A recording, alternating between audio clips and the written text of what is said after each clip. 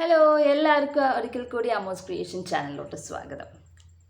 ഇന്ന് ഞാൻ കാണിക്കാൻ പോകുന്ന വേറെ എളുപ്പത്തിൽ ചെയ്യാൻ പറ്റിയ ഒരു ക്രോഷ്യോ ബോർഡർ ഡിസൈനാണ്. ഇതിനു മുമ്പ് ഞാൻ പലതും കാണിച്ചിട്ടുണ്ട്, പക്ഷെ അതിൽ വെച്ച് നോക്കുമ്പോൾ മുമ്പ് കാണിച്ചത് വെച്ച് നോക്കുമ്പോൾ ഇത് വളരെ എളുപ്പത്തിൽ ചെയ്യാൻ പറ്റിയ ഒരു ബോർഡർ ഡിസൈനാണ്. നിങ്ങൾ കർച്ചീഫിലെ ഷോളിലൊക്കെ എളുപ്പത്തിൽ തന്നെ തയ്ക്കാൻ, ബിഗിനേഴ്സിനൊക്കെ പെട്ടെന്ന് തയ്ക്കാൻ പറ്റിയ ഒരു ഡിസൈനാണ്. അപ്പോൾ അത് കണ്ടാൽ ഒരു യുണീക്കായിട്ടുള്ളത്, ഇപ്പോൾ കോമൺലി കാണുന്ന ഒരു ബോർഡർ ഡിസൈനും അല്ല, ഒരു യുണീക്കായിട്ടുള്ളൊരു ഡിസൈനാണ്. അപ്പോൾ നമുക്കത് എങ്ങനെ ചെയ്യേണ്ടതെന്നൊന്ന് കണ്ടു നോക്കാം. അപ്പോൾ നിങ്ങൾക്ക് ഈ വീഡിയോ ഇഷ്ടപ്പെട്ടാൽ തീർച്ചയായിട്ടും ലൈക്കും ഷെയറും ചെയ്യാൻ മറക്കരുത്. അതുപോലെ തന്നെ ചാനൽ ആദ്യമായിട്ടാണ് കാണുന്നത്, ഇതുവരെ സബ്സ്ക്രൈബ് ചെയ്യാത്തവരാണെങ്കിൽ സബ്സ്ക്രൈബ് ചെയ്യാനും മറക്കരുത്. അപ്പോൾ നമുക്ക് എങ്ങനെയാണ് തയ്ക്കേണ്ടതെന്ന് കണ്ടു നോക്കാം. അപ്പോൾ നമ്മൾ ഇന്ന് ക്രോഷ്യോ തയ്ക്കാനായിട്ട് ഞാനൊരു കോട്ടൻ്റെ ടവലാണ് എടുത്തേക്കണേ. മല്ലിൻ്റെ തുണിയാണിത്.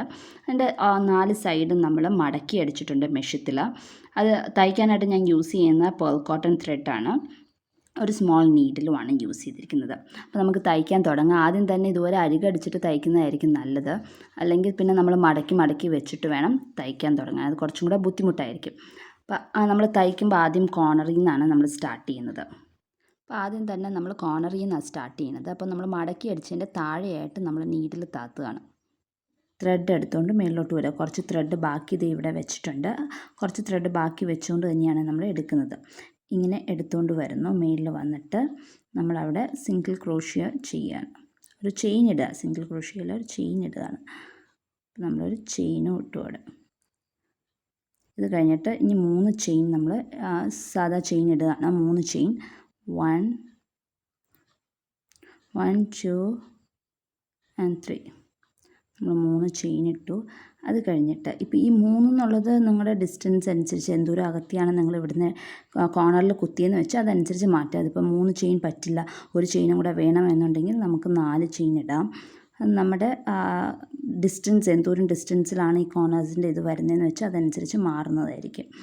അപ്പോൾ അത് 4 ചെയിൻ ഇട്ട് കഴിഞ്ഞിട്ട് ഈ സെയിം ഹോളിൽ അല്ലെങ്കിൽ തൊട്ടപ്പുറേ കുത്തിത്താത്തുക. എന്നിട്ട് ത്രെഡ് എടുത്തുകൊണ്ട് നമ്മൾ പുറത്തോട്ട് വരികയാണ്. ത്രെഡ് എടുത്തുകൊണ്ട് പുറത്തോട്ട് വന്നിട്ട് ആദ്യം ചെയ്തവരെ തന്നെ ഒരു ചെയിൻ ഇടുക. നമ്മൾ ചെയിൻ ഇട്ടു. അപ്പോൾ നമ്മുടെ കോർണർ ഇതുവരെയാണ് വരുന്നത്. ഇനി നമ്മൾ വീണ്ടും 3 ചെയിൻ ഇടുകയാണ്. 1 2 3. അത് കഴിഞ്ഞിട്ട് നമ്മളിനി ഡബിൾ ക്രോഷ്യാണ് ചെയ്യണത്. നമ്മൾ ഈ സൈഡിലോട്ടാണ് തയ്ച്ച് പോണത്. അപ്പോൾ ഒന്നുകൂടെ ഒന്ന് ചുറ്റുന്നു. അത് കഴിഞ്ഞിട്ട് ഈ ലെങ്ത്ത് എവിടം വരെ പോകും നമ്മൾ നോക്കുക. ഇങ്ങനെ വെച്ച് നോക്കുക. അപ്പോൾ ഇവിടം വരെ പോകും. അപ്പോൾ നമ്മളിവിടെ കുത്തുവാണ്. നമ്മൾ ഒന്ന് ചുറ്റിയിട്ട് ഇവിടെ കുത്തി താത്തുകയാണ്. എന്നിട്ട് ത്രെഡ് എടുത്തുകൊണ്ട് മേളിലോട്ട് വരുന്നു. ഇപ്പോൾ ഡബിൾ ക്രോഷ്യോ ചെയ്യാൻ പോവാണ്. വീണ്ടും ഒന്ന് ചുറ്റിയിട്ട് 2 എണ്ണത്തിൻ്റെ ഇടയിൽ കൂടെ നമ്മൾ നീഡിൽ പാസ് ചെയ്യുന്നു. വീണ്ടും ഒന്ന് ചുറ്റിയിട്ട് വീണ്ടും 2 എണ്ണത്തിൻ്റെ ഇടയിൽ കൂടെ നമ്മൾ നീഡിൽ പാസ് ചെയ്യുന്നു. ഇങ്ങനെ ഇപ്പം നമ്മൾ ഉണ്ടാക്കിയ ഈ ബാറിൽ ഈ ഡബിൾ ക്രോഷ്യോ ചെയ്ത് അതിൻ്റെ ഇടയിൽ കൂടെയാണ് ഇനി നമ്മൾ ചെയ്യാൻ പോണത്. അപ്പോൾ നമ്മൾ ഒന്നുകൂടെ ഒന്ന് ചുറ്റുന്നു. ഇതിൻ്റെ ഇടയിൽ കൂടെ ഇപ്പം നമ്മൾ തയ്ച്ചതിൻ്റെ ഇടയിൽ കൂടെ എടുത്തിട്ട് നമ്മൾ ത്രെഡ് എടുത്തുകൊണ്ട് പുറത്തോട്ട് വരുന്നു. വീണ്ടും ഒന്ന് ചുറ്റുന്നു. ഒന്നും നമ്മൾ താത്തണമൊന്നുമില്ല, അങ്ങനെ തന്നെ വെച്ചിരിക്കുകയാണ്. വീണ്ടും ഒന്ന് ചുറ്റുന്നു. ഇതിൻ്റെ ഇടയിൽ കൂടെ ത്രെഡ് നീഡിൽ പാസ് ചെയ്ത് ത്രെഡ് എടുത്തുകൊണ്ട് പുറത്തോട്ട് വരുന്നു. വീണ്ടും ഒന്ന് ചുറ്റുന്നു. ഇതുപോലെ തന്നെ വീണ്ടും ചെയ്യുകയാണ്. ത്രെഡ് എടുത്തുകൊണ്ട് പുറത്തോട്ട് വരുന്നു. വീണ്ടും ചുറ്റുന്നു. നമ്മൾ 4 ടൈംസ് ഇതുവരെ ചെയ്തു.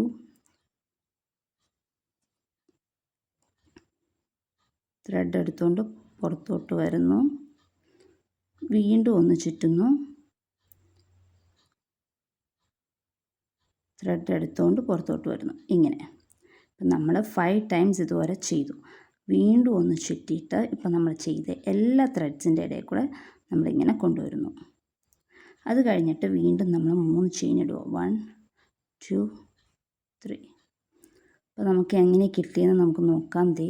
ഒരു സ്റ്റാൻഡിങ് ലൈൻ ഉണ്ടാകും, സ്ട്രെയിറ്റ് ലൈൻ ഉണ്ടാകും. അതിൻ്റെ മേളിലൊരു കെട്ടായിട്ട് ഒരു തടിച്ചൊരു കെട്ട് പോലെ ഉണ്ടാകും. ഇനി ഈ ഒരു ലെങ്ത്ത് എവിടം വരെ പോകുമെന്ന് നമ്മൾ സൂചിക്ക് വെച്ച് നോക്കുക. ഈ 3 ചെയിൻ ഇടുക എന്ന് പറഞ്ഞാൽ നിങ്ങൾക്ക് ലെങ്ത്ത് കൂട്ടണം, ഈ ബാറിൻ്റെ ലെങ്ത്ത് കൂട്ടണം. അത് കുറേ കഴിഞ്ഞിട്ട് വേണം, ഈ കെട്ട് വേണം എന്നുണ്ടെങ്കിൽ 3 എന്നുള്ളത് 4 ആക്കാം, 5 ആക്കാം. അത് നിങ്ങളുടെ ഇഷ്ടം പോലെ ചെയ്യാം. ഒന്നോടെയും ചുറ്റിയിട്ട് എന്തോരം ലെങ്ത്ത് പോകും എന്ന് വെച്ചാൽ ആ ഡിസ്റ്റൻസിൽ നമ്മൾ താത്തുക. വീണ്ടും വിട്ടുപോയി ഒന്നുകൂടെ ചുറ്റിയിട്ട് താത്തുക. എന്നിട്ട് ത്രെഡ് എടുത്തുകൊണ്ട് മേളിലോട്ട് വരിക. അത് കഴിഞ്ഞിട്ട് ഡബിൾ ക്രോഷ്യ രണ്ടെണ്ണത്തിൻ്റെ ഇടയിൽ കൂടെ വീണ്ടും രണ്ടെണ്ണത്തിന് ചുറ്റിയിട്ട് രണ്ടെണ്ണത്തിൻ്റെ ഇടയിൽ കൂടെ നമ്മൾ കൊണ്ടുവരികയാണ്. ഇനി സെയിം പ്രോസസ്സ് തന്നെയാണ് വീണ്ടും നമ്മൾ റിപ്പീറ്റ് ചെയ്യുന്നത്. ഇത് ചുറ്റുന്നു, ഇതിൻ്റെ ഇടയിൽ കൂടെ ചെയ്യുന്നു. ഇങ്ങനെ 5 വട്ടം നമ്മൾ സെയിം രീതിയിൽ തന്നെ ചെയ്യുകയാണ്. 1 2 3 4 and last 5 ടൈംസ് നമ്മൾ ചെയ്തു. ഒന്നോടെ ചുറ്റിയിട്ട് ഇതിൻ്റെ എല്ലാത്തിൻ്റെ ഇടയിൽ കൂടെ നമ്മൾ പാസ് ചെയ്യുന്നു. പിന്നെ 3 ചെയിൻ ഇടുന്നു. വീണ്ടും ഇതുവരെ തന്നെ. ഇപ്പോൾ നമ്മൾ ഇവിടെ 5 ടൈംസ് എടുത്തിരിക്കുന്നത്. ഈ 5 ടൈംസ് ഉള്ളത് നമുക്ക് ചെയിൻ ആൻഡ് ഇത് കുറച്ചും കൂടെ ടൈറ്റൻ ചെയ്യണം എന്നുണ്ടെങ്കിൽ 6 ടൈംസോ 7 ടൈംസോ ചെയ്യാം. 6 ടൈംസ് ചെയ്താൽ മതി. അതിലും കൂടുതൽ ചെയ്താൽ ഇവിടെ ഭയങ്കര ടൈറ്റായി പോകും, കൺജസ്റ്റഡ് ആയി പോകും. അപ്പം 6 ടൈംസും വേണമെങ്കിൽ ചെയ്യാം. പേൾ കോട്ടൺ ത്രെഡ് ആണെങ്കിൽ മറ്റേ ത്രെഡ് ആകുമ്പോൾ കുറച്ചും കൂടെ തിക്നെസ്സിൽ വരുമ്പം ഇത്രയും ചെയ്താൽ ചിലപ്പോൾ വൃത്തികേടായിരിക്കും. അപ്പം അതുകൊണ്ട് ഈ എമൗണ്ട് നമ്പറും അതുപോലെ തന്നെ ഈ ചെയിൻ്റെ 3 വട്ടം ചെയിൻ ഇടണമെന്ന് പറഞ്ഞാൽ അതും നമുക്ക് ഓരോ ആൾക്കാരുടെ ഇഷ്ടം പോലെ മാറ്റാവുന്നതാണ്. അവരുടെ ഡിസൈനിങ് പോലെ ഇപ്പോൾ അടുപ്പിച്ചടുപ്പിച്ച് വേണ്ടാകുന്ന വേണമെങ്കിൽ 3 എന്നുള്ളത് 4 5 6 എത്രയാണെന്ന് വെച്ചാൽ നമുക്ക് ചേഞ്ച് ചെയ്യാവുന്നതാണ്. അപ്പോൾ ഈ ഡിസ്റ്റൻസ് എന്തോരം പോകുമെന്ന് വെച്ചാൽ അടുത്തത് കുത്തുക. ഈ കുത്തി എടുക്കുന്നതെല്ലാം സൂക്ഷിച്ച് വേണം. ഡിസ്റ്റൻസ് എല്ലാം ഈക്വലായിട്ടിരുന്നാൽ നല്ലതായിരിക്കും. കുറച്ചും കൂടെ അൺഈക്വലായിട്ടിരുന്നിട്ടുണ്ടെങ്കിൽ അത്രയും ഒരു ഭംഗി കിട്ടത്തുണ്ടാവില്ല. എടുക്കുന്നു, നമ്മൾ ഡബിൾ ക്രോഷ്യ ചെയ്യുന്നു. ഇതുവരെ നമുക്ക് ഫുൾ ബോർഡറും തയ്ച്ചെടുക്കാം.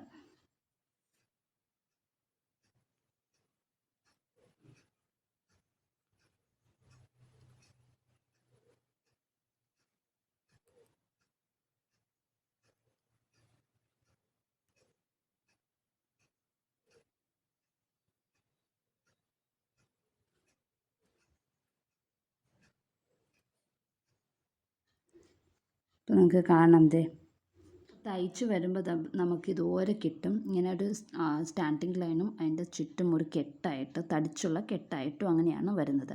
അപ്പോൾ അങ്ങനെ ചെയ്തൊരു ബോർഡർ ഡിസൈൻ ഇതിങ്ങനെ കണ്ടിന്യൂ ചെയ്തുകൊണ്ട് പോകണം. അപ്പോൾ നമ്മുടെ ടവലിൻ്റെ അല്ലെങ്കിൽ ദുപ്പട്ടയുടെയൊക്കെ സൈഡിൽ തയ്ച്ചാൽ നല്ലതായിരിക്കും. അപ്പോൾ അങ്ങനെ തയ്ച്ച് ഈ ഒരു പാറ്റേൺ തയ്ച്ച് ടവലിൻ്റെ ബോർഡറാണിത്. അപ്പോൾ ഇതിങ്ങനെ സൈഡ് മുഴുവനും 4 സൈഡ്സും ഇങ്ങനെ തയ്ച്ചിരിക്കുകയാണ് നമ്മൾ.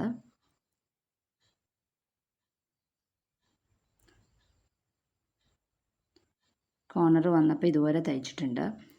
അപ്പം ഇതുപോലെ തയ്ച്ച് നമുക്ക് സെൻറ്ററിൽ വരുമ്പോൾ എന്തെങ്കിലും ഡിസൈൻ തയ്ക്കണമെന്നുണ്ടെങ്കിൽ അല്ലെങ്കിൽ നമ്മുടെ പേര് എഴുതണമെന്നുണ്ടെങ്കിൽ ഇതുപോലെ നമുക്ക് പേരെഴുതി അങ്ങനെയാണെങ്കിലും വെക്കാം. ഇതിപ്പോൾ ഞാൻ ഇവിടെ തയ്ച്ചിരിക്കുന്നത് ബാക്ക് സ്റ്റിച്ച് യൂസ് ചെയ്തിട്ടാണ് ഇത് മുഴുവൻ എഴുതിയേക്കുന്നത്. ലെറ്റേഴ്സ് എഴുതിയേക്കുന്നതാണെങ്കിൽ ഈ ഹാർട്ട് ഷേപ്പ് ആണെങ്കിലും എല്ലാം ബാക്ക് സ്റ്റിച്ച് വെച്ചിട്ടാണ്.